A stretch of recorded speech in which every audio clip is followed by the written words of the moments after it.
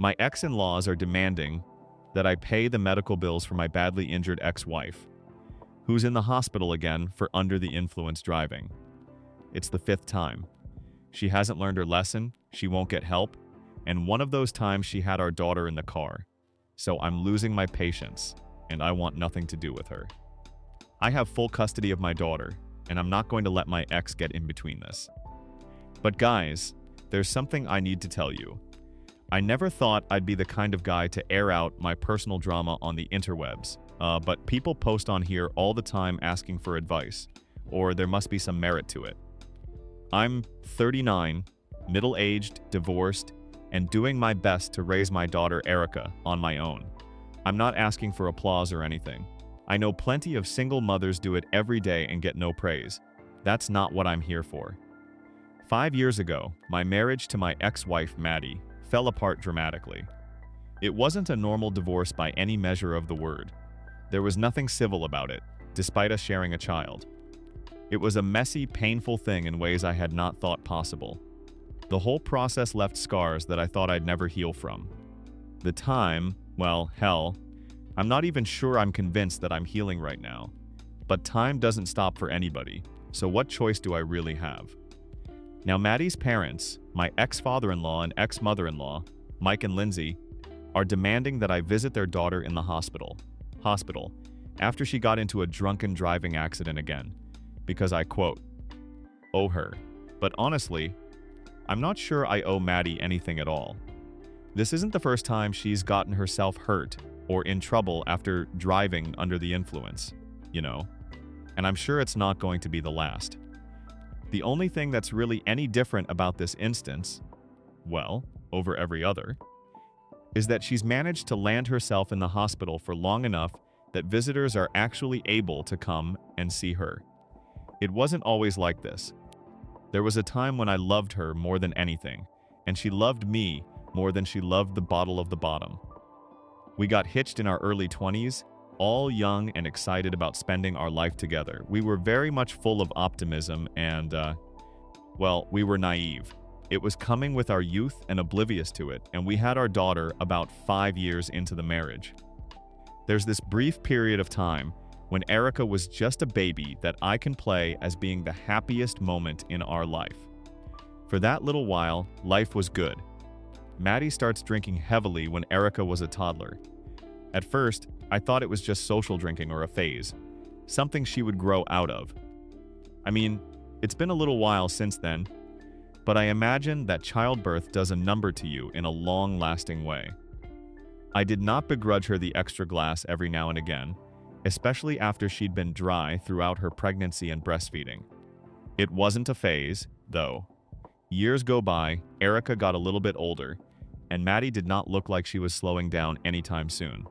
It became clear with each passing day that Maddie was struggling with something deep. She'd started hiding bottles, making excuses for herself, and drinking in secret when she could. Sometimes she didn't even go through the trouble of faking an excuse. I didn't sit at home doing nothing. I couldn't, but I recognized that I was not the most well-equipped person to deal with this, not alone. So I encouraged her to get help and begged, pleaded, and even went to therapy myself to try to learn how to support her better. I did everything I could, well, given the resources I had, but nothing worked for Maddie.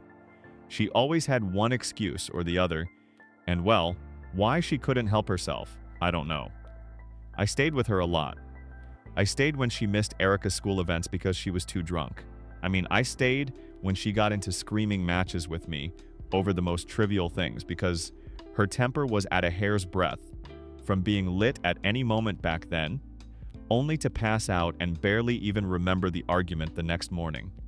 But the day she drove drunk out of her mind with Erica in the car was the day that I knew I couldn't stay anymore.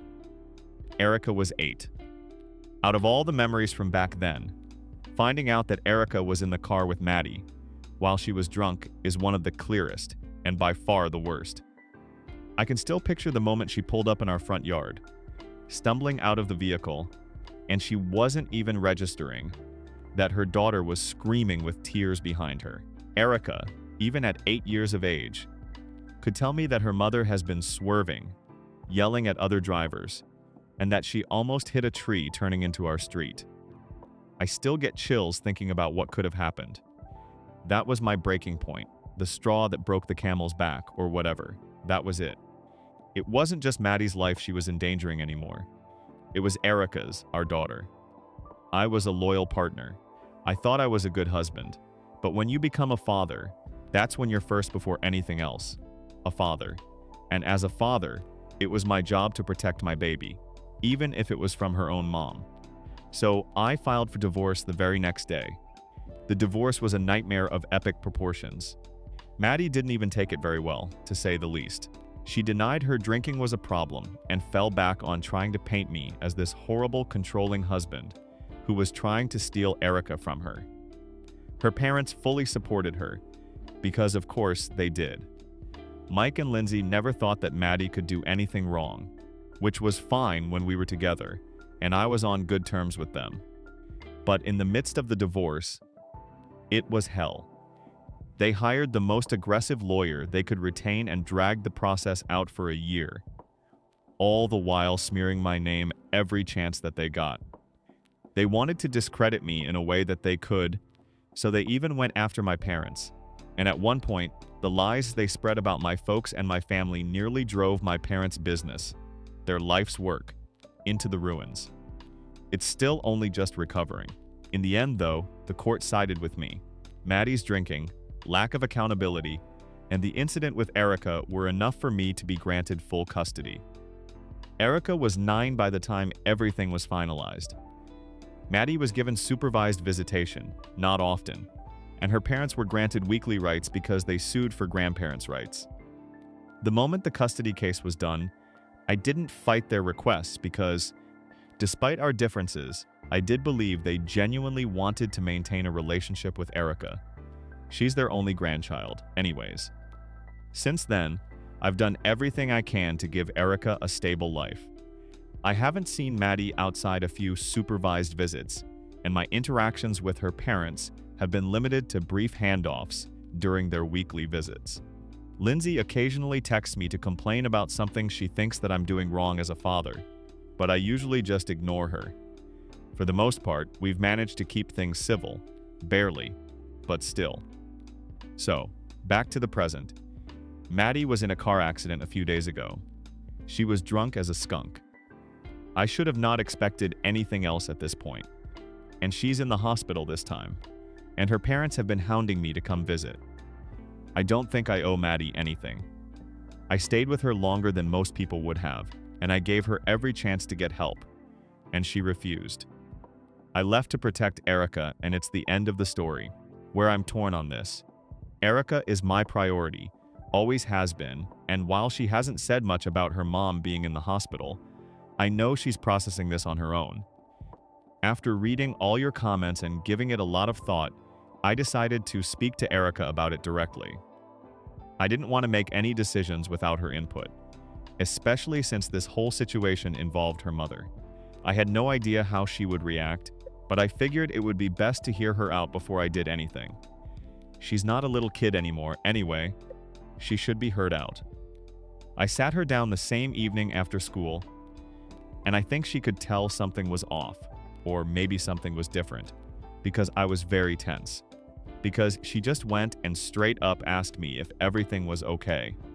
I just tried to remain calm and straightforward with her. I told her that her mother was in the hospital, and that her grandparents were asking me to come and visit. I asked Erica how she felt about it. And guys and gals, I'm going to tell you right now, her response completely caught me off guard. It did, because almost immediately she said that she would like me to come with her to visit her mom. She was a little hesitant at first to explain exactly why, but eventually she explained that she felt it might be a way to make peace. I'm not sure if it was her trying to protect me from the situation, or if she was trying to make the best of a horrible hand. But I didn't want to be the one to keep her from doing what she thought was right, especially if it meant something to her. Like I said, I'll always put being a father before anything else, even my own self-preservation. So, after a lot of internal conflict that my daughter hopefully did not catch on to, I agreed. I wasn't looking forward to it, but for Erica's sake, I was willing to put my feelings aside and be there for her.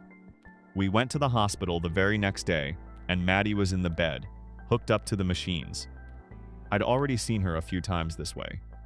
She looked pale, banged up, but not worse for the wear than she'd ever looked. Hospital. That's all I can really say about what I walked into because things got strange fast.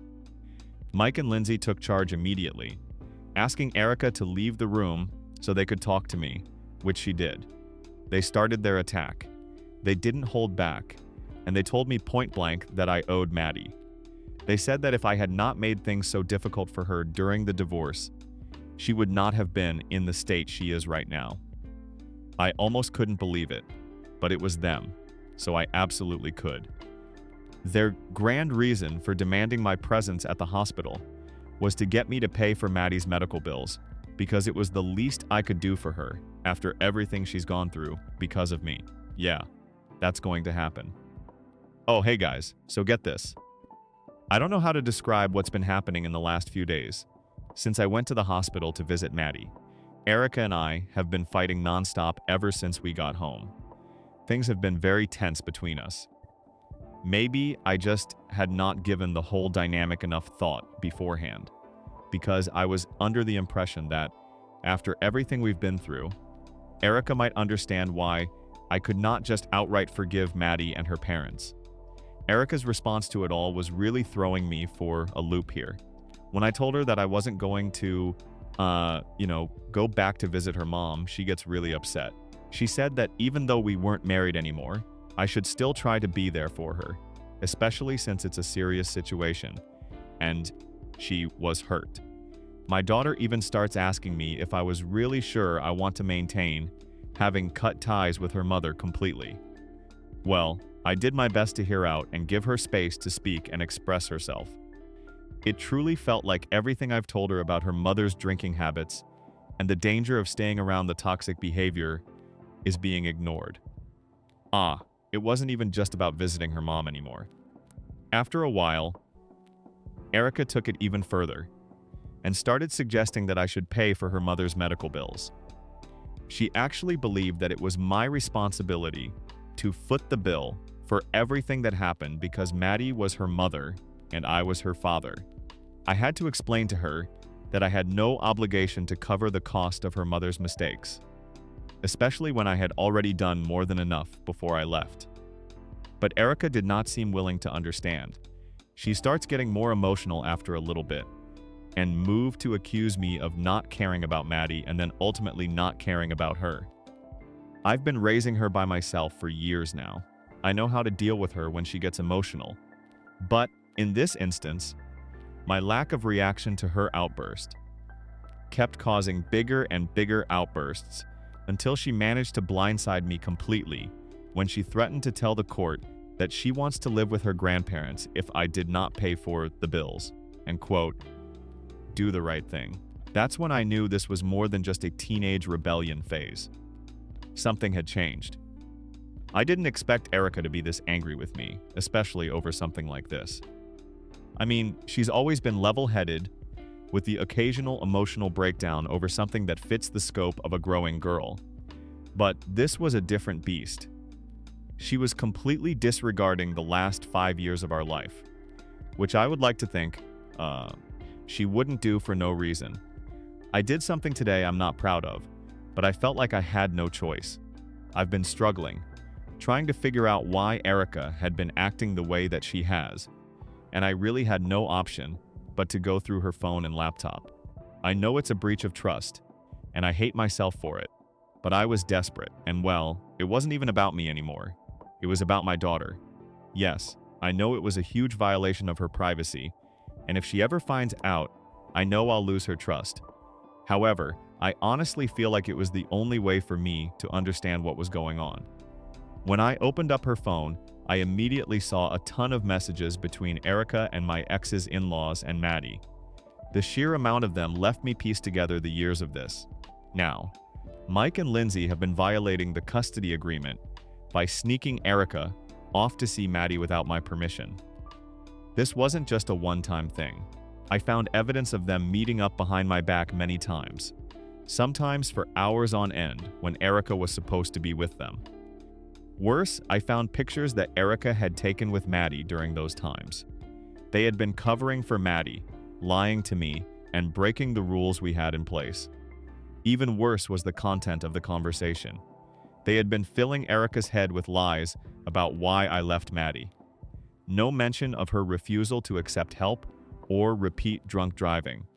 Just that I was selfish and greedy to care for Maddie's recovery, and that I didn't want to help her when she needed it most. They were making me out to be the villain of the story that I didn't even recognize. I was painted as somebody who intentionally hurt Maddie, destroyed her life, and didn't care about the consequences. This was the narrative they've been feeding Erica for months, maybe longer.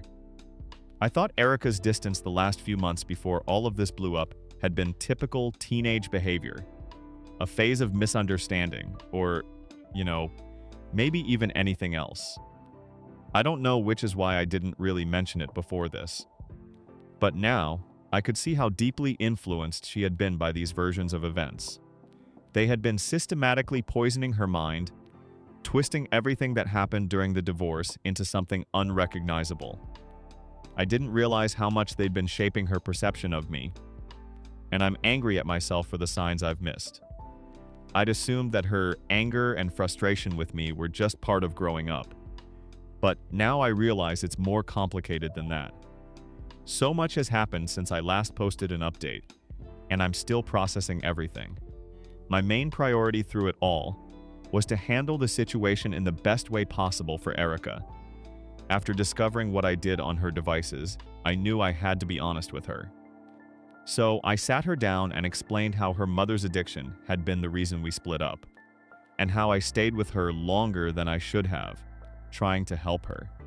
And I showed Erica the text messages I found, and I told her the truth about how Maddie and her parents had been lying to her. I didn't sugarcoat it. I made sure Erica understood that I didn't want to tear her apart from her mom, but that I have to protect her from the toxic behavior that was putting both of us at risk. It was the hardest conversation I've ever had. Erica was quiet the whole time, listening intently but not saying much. I could tell she was processing it. When I was done explaining everything, I asked her how she felt. She was upset. There was no other way to describe it. I knew she felt betrayed by her mother and her grandparents, and I could see it in her face, but I didn't want to push her too hard. After a little while of sitting silently, she spoke up to me and told me that she felt confused, which was fair.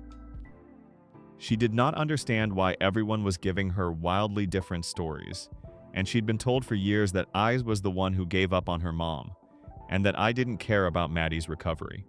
That was a hard pill to swallow, but at least she was being honest with me. I reassured her that I had not given up on Maddie, but that I had to make a choice to protect her, and that it wasn't just about me. It was about keeping her safe. Well, I showed Erica how much I had done to help her mom, but in the end, it wasn't enough, and there was only so much that I could do before her behavior became too much for anyone else to handle. By the end of the conversation, I think Erica understood. I'm not saying she agreed with everything I said, but she at least saw where I was coming from. The biggest thing was that I finally told her the truth. She deserved it. She deserved to know what really happened. Once we had that conversation, I know things couldn't go back to the way that they were, but I also knew that I could not let this go. Maddie and her parents had crossed a line, and it was time for me to set some boundaries, real legal boundaries. And I'm not going to let them get away with breaking the custody agreement. I've already contracted a lawyer to make sure that the custody agreement gets adjusted, and Erica won't have to see her grandparents unless she wants to.